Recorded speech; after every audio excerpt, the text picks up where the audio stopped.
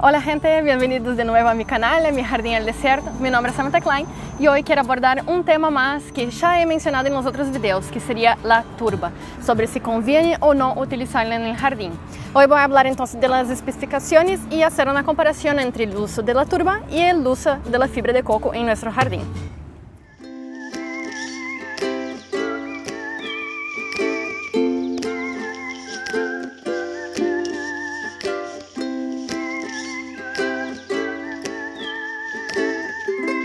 Entonces, hola gente, bienvenidos de nuevo a mi canal.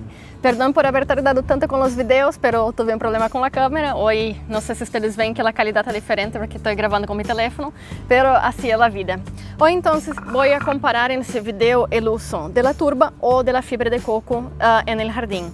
Hay mucha gente que hoy en día ya está optando por la fibra de coco, como ustedes pueden ver entonces los porqués medioambientales que ya he mencionado en otro video que voy a estar poniendo acá arriba el link para si ustedes quieren informarse más.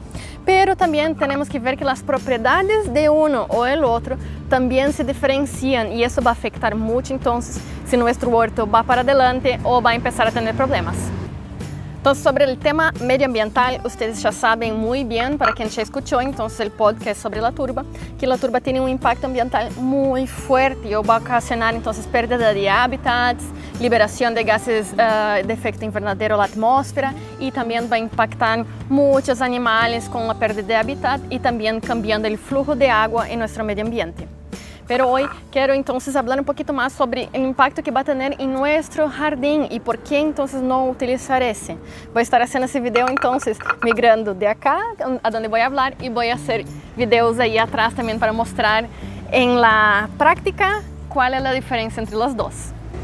Primero de todo, nos venden mucho la turba porque ella consigue almacenar bastante agua. Ella puede más que doblar su tamaño entonces con el volumen de agua que ella consigue absorber. Y esa es la mejor propiedad de la turba y también va a ser el porqué que es tan importante para el medio ambiente, porque es un almacenamiento de agua dulce en el mundo muy grande.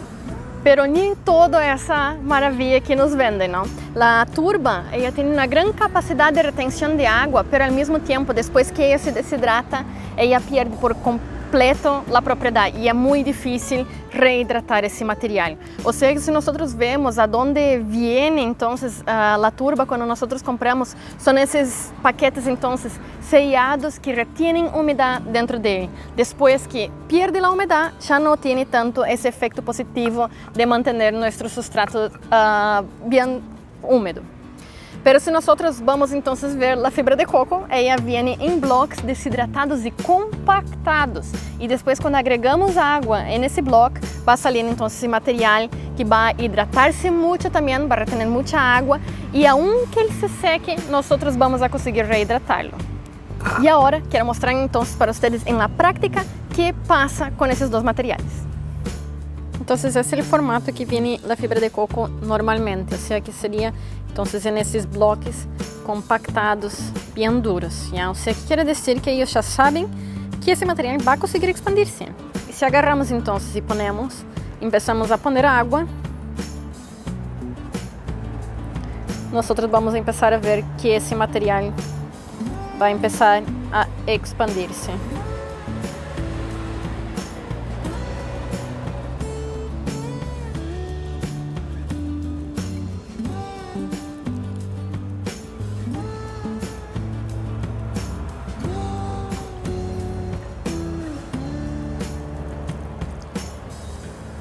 Imagina toda essa água que tinha e o fundo está completamente seco. O material da fibra de coco absorveu todo. E vocês veem que já está lista para utilizar. Sei que não é necessário fazer nada, vou só agregar água e ele já tem então essa capacidade de retenção de água. ¿Ya? E está completamente mojado e nada de água no fundo. E a turba então, quando vem comprada, ela vem também compactada desse formato assim. Se deshace fácil. E se ponemos então em um tação e ponemos água dentro, a ver se ela se expande igual que a fibra de coco. Vocês veem a diferença? Não passou nada com esse material e podemos deixar um tempo y él no aumenta de tamaño, él continúa igual. O sea, aquí nosotros vemos y aún está compactado. O sea que la turba no tiene esa facilidad de incorporar agua en su composición tan fácil. O sea que cuando nosotros regamos una maceta de turba, el agua pasa todo alrededor y no llega a infiltrarse en el material. Y si agarramos entonces esa turba y la rompemos adentro, ella aún está seca porque no absorbe agua. ¿Vieron la diferencia? Bien, ya con ese primero test, entonces nosotros ya percibimos que desde el inicio la turba no es tan buena para retención de agua como la fibra de coco en nuestras macetas. Y ahora vamos para el segundo experimento, que es peor aún. Yo agarré entonces un poco de fibra de coco y un poco de turba y los dejé entonces expuestos al sol por una semana. Ahora voy a agarrar esos dos materiales y voy a testear cómo ellos absorben agua después de una semana deshidratando. Bien, y así queda entonces, si nosotros dejamos expuesto el sol en la turba, así queda completamente quebradiza y seca. Y la fibra de coco, después de expuesto el sol, vuelve a su estado original, o sea que queda seca, pero ahí vamos a ver cómo se hidrata. Y si agarramos esa turba entonces que quedó expuesta al sol por mucho tiempo y la ponemos acá y echamos agua arriba, eso es lo que pasa con ella. Ella no se hidrata nuevamente. Lo que pasa, ella flota y el agua queda ahí. El agua está clarita abajo aún. Y ella no se hidrata. O sea que cuando echamos agua en nuestra maceta, eso es lo que va a pasar.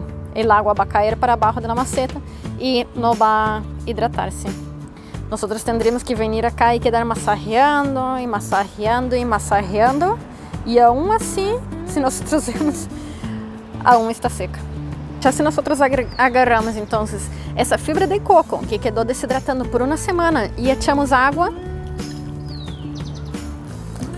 mira, instantáneamente ella se hidrata y consigue absorber agua de nuevo. O sea que si ya agarramos ella acá, ella ya se rehidrató y mira la cantidad de agua que ella tiene retenida. Bien, y ahora para el último experimento, yo agarré dos macetas, una maceta con turbo y otra maceta con fibra de coco, y agarré la misma cantidad de agua en cada una. O sea que voy a echar esa misma cantidad de agua en las dos macetas y vamos a ver qué pasa. Entonces agarramos esos dos potes, uno con la fibra de coco ya usada y el otro con la turba ya usada, y echamos la misma cantidad de agua, vamos a ver qué va a pasar.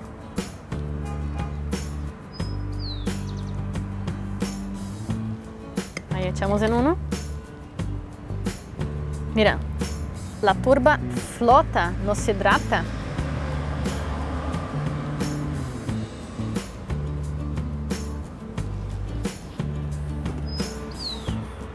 Y ahora vamos a ver la cantidad de agua que salió en cada uno, a ver cuál de ellos absorbió más agua. Hicimos el mismo riego con la misma cantidad de agua. Esse plato já se llenó, ¿ven?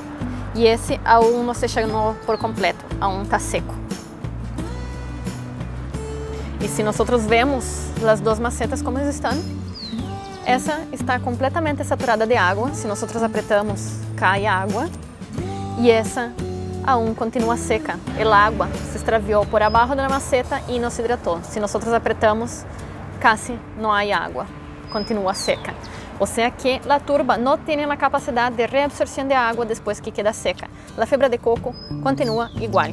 Bien, gente, entonces, para quien cree que no es suficiente, entonces el punto de destrucción del ecosistema a través de la extracción de turba, ahora ustedes pueden ver entonces por qué la turba no es benéfica dentro del huerto. Además de eso, la turba, cuando nosotros dejamos ella hidratada por mucho tiempo, ella retiene mucha agua, no libera ese exceso y eso ocasiona entonces la aparición de hongos, porque demasiada humedad va a hacer aparecer hongos. La fibra de coco tiene bolsones de aire al medio de él también, o sea que nos ayuda entonces a tener un sustrato de muy buena calidad, con oxígeno y con humedad. Y bien, ustedes pueden estarse preguntando, ¿por qué los ingenieros, por qué en el valle nosotros utilizamos tanta turba? Y sí, hay un porqué. La turba en condiciones adecuadas, en la cual nosotros tenemos un riego por goteo, que constantemente estamos humedeciendo, él consigue ser un sustrato entonces muy estable. Y como él no tiene ningún nutriente, va a ser muy bueno entonces para quien trabaja con fertilizantes químicos y quieren tener el dosaje perfecto de lo que la planta va a estar consumiendo.